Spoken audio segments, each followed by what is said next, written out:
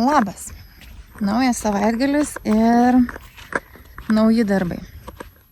Tai darbų planas šį savaitgalį toks, kad šiandien aš einu į avietės. Reikia pravėti aplink, nes jau vėl žolė užaugo. Tai kažkiek tiek spėsiu, tiek veiksiu, kiek ne, labai nesiplėšysiu. Tautvydas šiandien darbuosis jau su kitokiais darbais, tai jau reikia pradėti mūryti stulpus, tai yra betonuoti stulpus vartams, nes tvora yra aptverta, bet vartų dar nesame pasistatę. Tai jo jau darbeliai bus truputėlį tokie kitokie. Tai iš tiesų aš apėjau aplink avietes, kiek čia praėjo savaitę? Nepraėjo savaitę, kelios dienos. Ir va kokie jau žolynai. Reikia paskubėti matyt, nes ir vėl su ravetuvu bus sunku. Čia darbėje Tautvydas pravažiavo ir su freza, bet žiūrėkit, kaip gražuolės lenda jau vėl. Jo, čia ir mulčiuot vėl reikės tuoj. Žinot, pernai tokiu metu jau atidarėm mūsų aviečių skinimo sezoną. Tai yra Liepos 28 dieną pradėjom skinti. Šiemet, tiksliau pernai, viskas buvo anksčiau mėnesių. Tai šiemet tikrai klausėt, ar jau yra aviečių, tai ne, jų dar nėra, nes jų sezonas turėtų prasidėti rugpjūčio viduryje. Tai taip, manau, ir prasidės. Tas tikrasis jau toks įsibėgėjęs sezonas turbūt bus rugpjūčio gale. Uogyčių žalių jau yra užsimezgusių. Kaip uodai kanda. Tai va, jau uogyčių yra, tai tikriausiai ant tokių krūmelių derlius bus anksčiau nei po mėnesio arba 2 savaičių. Nors dabar ką čia mes turim, rugpjūčio vidury. O yra krūmų, kurie dar tik ruošiasi žydėti. Tai visaip čia bus. Šiandien be parišimų, nes uogakrūmiai nėra aukšti pirmaisiais metais. O mes važiuojam ravėti, kaip šlapia. Smenga viskas.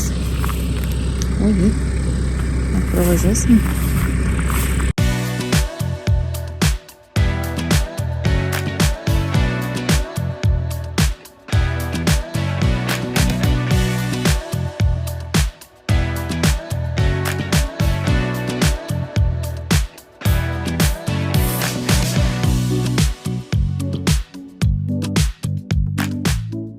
Šio savaitgalio, gal kitaip tariant, savaitės darbai baigti, nes mes čia iš tikrųjų ne savaitgalį dabar, nes savaitgalį turėjom reikaliuko. Tai darbus išsimėtėm, Tautvydas atostogose, aš kažkiek po darbų ir kažkiek tai dar turiu atostogų, irgi tokia pusėlinė savaitė. Tai ravėm avietės antrą kartą. Aš tai sakyčiau, jos, kadangi yra pirmametės, tai kaip su mažais vaikais, labai daug priežiūros reikalauja. Kol jos nėra suaugusios į vientisą vagą, tai iš tikrųjų labai reikia prie jų tūpčioti, aplink jas apravėti, nes su ravetuvu yra sunku. Beje, dabar važiuojant, bandysiu parodyti ir labai vėl žolė užaugo, nes mulčerio dar vis nepataisė mum. Mulčiuoti jau vėl reikia, ravėti vėl reikia, žodžiu, darbų milijonai. Tai dabar nuravėm tik tai po vieną pusę su ravetuvu, nes galvoju, nėra čia tai baisiai, blogai, tai vis tiek dar reikia šiais metais ravėti, tada pravažiuosim kitą pusę. Bet ką noriu pasakyti, šie metai ypatingai šlapi, kaip jau žinot, ir iš pradžių aš džiaugiausi, nes sakiau, čia mum dėl to, kad neturim laistymo sistemos, bet iš tiesų jau yra, too much. Ir net nežinau, stovi balos kai kur, užmirkimas kai kur, tai tikrai nėra gerai. Ir kenkėjai. Atsirado kenkėjai, tuoj pat rodau. Tai va, jeigu randat tokių susisukusių lapų, va tokių. Pabandykit juose paieškoti, kas ten yra viduje. Tai aš bandysiu iškrapštyti. Bijau, kad nenukristų. Sarasa. Nu, gal ir nukrito jau. Tai, žodžiu, čia yra kandis. Ten gyvena vikšriukas. Jisai susuka lapus, pasidaro kokoną ir va, matot, raitosi.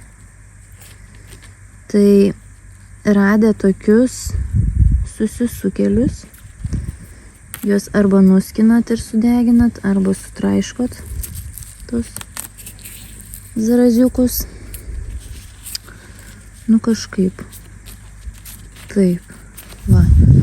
Kol tai nėra masiškai, tai yra kol nėra visi lapai susukti, tol problemos dar labai didelės nėra. Ir galima, kaip jau užsakiau, tiesiog sutraiškyti arba nuskinti ir sudeginti tuos lapus. Ir viskas bus gerai. Kita problema, kurią pastebėjau, dabar tai jau saulė leidžiasi ir nebėra ant žiedų nei bičių, nei kito vabzdžio. Va, bičių tai yra gerai. Bet ką aš pastebėjau prieš tai, kad ant žiedų buvo ne bitės, o širšės. Ir pagalvojau, nejaugi šie metai bus tokie, kai buvo ne praeiti, o užpraeiti berods. Kai buvo su širšėm labai didelė problema ir gražių aviečių buvo labai nedaug, visos buvo apgraužtos širšių. Tai buvo šties labai didelė problema mums. Dabar žiūriu, kaip gražiai jau ruošiasi nokimui avietės, būdamos man iki kelių. Tai išties irgi stebiuosi, kaip genetiškai yra užkoduota augalo viduje, kad jau artėja sezonas ir nors ir tu buvai pasodintas per vėlai išdygai, per vėlai užaugai, nespėjai užaugti iki tau priklausančio ūgio, nu yra ir aukštesnių, bet tu vis tiek privalai jau auginti derlių ir jie tą daro, aišku faina, to derliaus pirmametis uogynas tikrai didelio neturės, bet, nu, bet jie nori jau vis tiek jį duoti mums. Tai smagu. Va, kaip gražiai patrešęs gandras žemę. Gal ir gerai visai, ką? Dar matau dar vieną problemą ir nežinau, ar čia ta problema irgi kenkėjas yra, ar ne, to apžiūrėsim. Va, taip nuvytęs stiebas. Tai taip, tai yra, matau jau, kad problema. Tai yra dar vienas kenkėjas vietinės. Tai jeigu pamatot nuvytusi stiebo viršūnę, ieškokit, kur yra pažeistas. Va, matot, stiebe yra, čia gal kakaliukai, ne? Tai laužiam tą stiebą žemiau ir žiūrim, kas ten dedasi. Tai jo viduje, tam, kur tie kakaliukai, gyvena vikšras, kuris graužia stiebą iš vidaus. Ir aš jį tuoj pat sutraiškysiu. Todėl remontantinių aviečių stiebai rudenį, kai būna nupjaunami. Taip, neturiu kaip čia telefoną. Rudenį, kai būna nupjaunami, dėl to jie turi būti pašalinti iš lauko ir sudeginami, nes juose gyvena ir žiemoja, bet tas jau paskui pasidaręs vabalas, kuris taip giliai įsigraužęs, jau matot, tuščio viduris stiebas pasidarė. Va, kirmeliukas, labas, yra te. Taip, nebėra. O, ir žiūrėkime vėl. Nu, bet šie metai yra kenkėjų metai, iš tiesų, ir blogai. Bet Nu, yra kaip yra. Gamtai visą laiką turi atiduoti kažkokią tai dalį.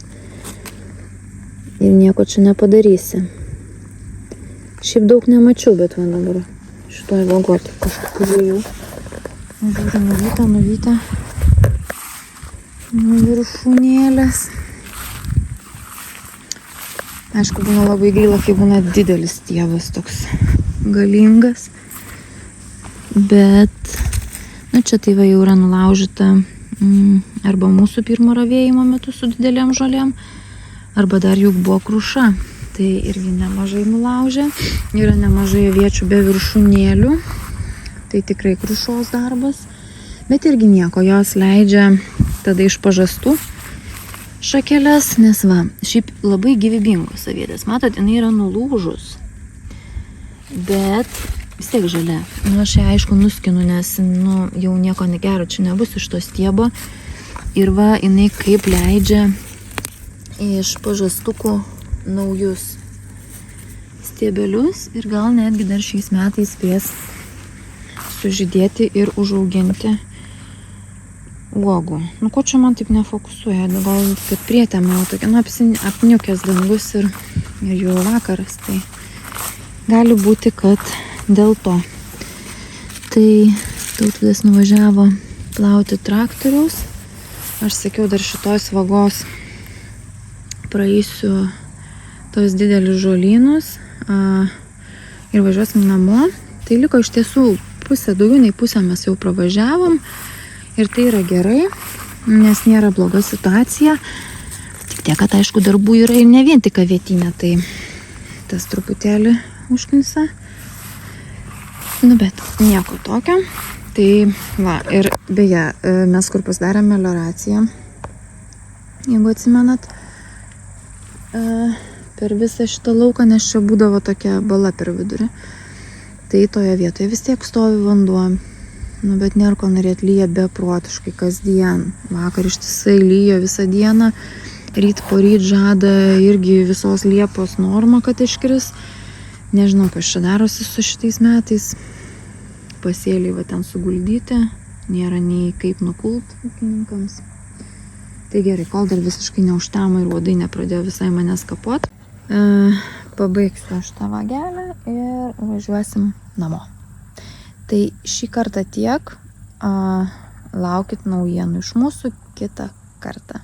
Čiau.